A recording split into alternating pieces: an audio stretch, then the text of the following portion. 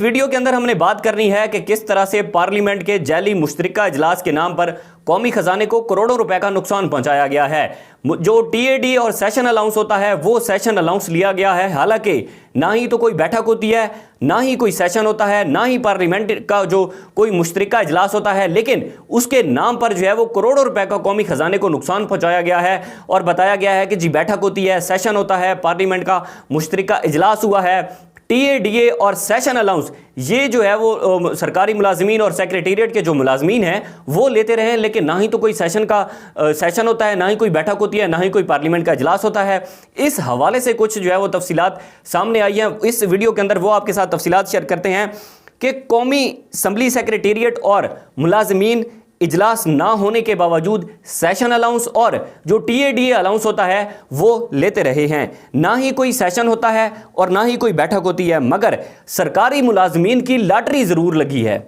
इसके अंदर के इजलास ना होने के बावजूद सेशन अलाउंस उनका जो है वो चलता रहा है, यानी कि उनको सेशन अलाउंस जो है वो मिलता रहा है। ये सरकारी मुलाजमीन के कुछ इंकशाफात हुए हैं। अहम कानून साजी के लिए इजलास जुलाई के अंदर, इसकी जो तफसीलात हैं उनके मुताबिक अहम कानून साजी के लिए इजलास जुलाई में तलब किया गया था। जब जुलाई के अंदर इजलास तलब किया गया था तो इख्तिताम पर स्पीकर ने इजलास गैर मुअय्यना मुद्दत तक मुलतवी करने की बजाय उसने जो है वो आइंदा माह तक मुलतवी कर दिया। यानी कि इजलास जब मुलतवी होता है तो गैर मुअय्यना मुद्दत तक मुलतवी किया जाता है कि जब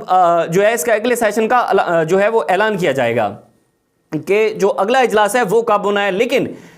उसने जो है वो आइंदा माह तक इसको मुलतवी किया था। ज़राए के मुताबिक जो कुछ तफसीलात हैं कि करोड़ों के सेशन अलाउंस, करोड़ों रुपए के और टीएडी के बिल भिजवाए गए, जबकि इसके बाद तारीख में लगातार जो है वो तोसी होती रही। यानी कि ना ही कोई इजलास हुआ, ना ही कोई सेशन हुआ और ना ही कोई जो है वो बैठक हुई, लेकिन जो सरकारी मुलाजमीन हैं, जो सेक्रेटेरिएट के मुलाजमीन हैं, उनको अलाउंस भी मिलते रहे, उनको टीएडी भी मिलता रहा। और इस वक्त हम कहते हैं कि पाकिस्तान की जो है वो मईशत इस मुकम्मल तौर पर तबाह हो चुकी है और पाकिस्तान के पास इस वक्त 6 अरब डॉलर के ज़खायर जो है वो मौजूद हैं। ये जो 6 अरब डॉलर के ज़खायर हैं, इनमें से हमने पेमेंट्स भी करनी है, हमारी एलसी नहीं खुल रही, हमारे जो इंपोर्टर हैं जिन्होंने चीज़ इंपोर्ट करनी होती है, हज़ारों की तादाद में कंटेनर जो है वो पोर्ट्स पर खड़े हैं। वजह यह है कि हमारे पास डॉलर नहीं है। अब डॉलर की अगर बात की जाए तो डॉलर में ही डॉलर जो है वो स्मगल हो रहे हैं अफगानिस्तान में, और हुकूमत ने वादा किया था कि हम डॉलर की स्मगलिंग जो है, जो अफगानिस्तान के अंदर स्मगलिंग हो रही है, हम इसको रोकेंगे, लेकिन अभी तक हुकूमत ने अपने वादा जो है वो वफा नहीं किया और अभी भी डॉलर जो है वो स्मगल किए जा रहे हैं। मेहताब हैदर की ये खबर है कि डॉलर जो है वो मुकम्मल तौर पर अफगानिस्तान स्मगल किए जा रहे हैं। जो पावर्स हैं या जो मार्केटर्स हैं वो जो है वो डॉलर स्मगल कर रहे हैं, लेकिन हुकूमत इसको जो है वो इसको नाकाम रही है डॉलर की स्मगलिंग रोकने में। ये कुछ तफसीलात थी कि किस तरह से करोड़ों रुपए का नुकसान जो है वो पाकिस्तान को और पाकिस्तान के कौमी खजाने को पहुंचाया गया है, जो कि इस वक्त हम बड़ी क्रिटिकल सिचुएशन के अंदर हैं। इस वक्त हम मुआशी इंस्टेबिलिटी की सिचुएशन के अंदर हैं और अब नहीं पता कि आने वाले दिन के अंदर जो है वो क्या होता है। इसके साथ साथ एक खबर जो है वो ये भी कुछ सामने आई है। वो खबर ये है कि जो चौधरी सालेक हुसैन की नवाज शरीफ से मुलाकात हुई है, उसकी जो अंदरूनी कहानी है वो कुछ यूँ है कि चौधरी सालेक हुसैन ने नवाज शरीफ से लंदन के अंदर मुलाकात की है और उन्होंने कहा है कि चौधरी परवेज़ इलाही जो है वो अगर अदम एतमाद नहीं लाएंगे, चौधरी परवेज़ इलाही अगर असम्बली तहलील नहीं करेंगे तो फिर जो पीटीआई है वो अदम एतमाद लाएगी इनके खिलाफ और हम चौधरी परवेज़ इलाही का जो है वो साथ देंगे मुकम्मल तौर पर। इसके साथ साथ नवाज शरीफ ने कहा कि चौधरी परवेज़ इलाही ने माजी में जो कुछ भी किया वो इंतहाई अफसोसनाक है। पंजाब असम्बली को बचाने के लिए चौधरी शुजात और आसिफ जरदारी की तजावीज़ पर गौर करेंगे। यानी कि आसिफ जरदारी और जो चौधरी शुजात हैं वो इस वक्त मुकम्मल तौर पर मुतहरिक हैं कि किसी न किसी तरीके से पंजाब की जो असम्बली है उसको बचाया जाए, यानी कि चौधरी परवेज़ इलाही को जो है वो ये असम्बली तहलील ना करने दी जाए। चौधरी सालेक ने 2 पॉइंट्स नवाज शरीफ के सामने रखे हैं। उन्होंने कहा है कि पहली बात तो ये है कि तहरीक-ए-इंसाफ असम्बली तहलील ना होने की सूरत में मुस्ताफ़ी हो सकती है। यानी कि अगर असम्बली तहलील नहीं होती, अगर चौधरी परवेज़ इलाही कहते हैं कि हम असम्बली तहलील नहीं करेंगे, तो फिर तहरीक-ए-इंसाफ के जितने भी एमपीए होंगे वो मुकम्मल तौर पर जो है वो इस्तीफ़ा दे देंगे। उसके बाद दूसरा पॉइंट जो चौधरी सालेक हुसैन ने नवाज शरीफ के सामने रखा है वो ये है कि चौधरी परवेज़ इलाही अगर असम्बली तहलील नहीं करेंगे तो तहरीक इंसाफ उनके खिलाफ अदम एतमाद भी ला सकती है, और अगर तहरीक इंसाफ उनके खिलाफ अदम एतमाद जो है वो लाने में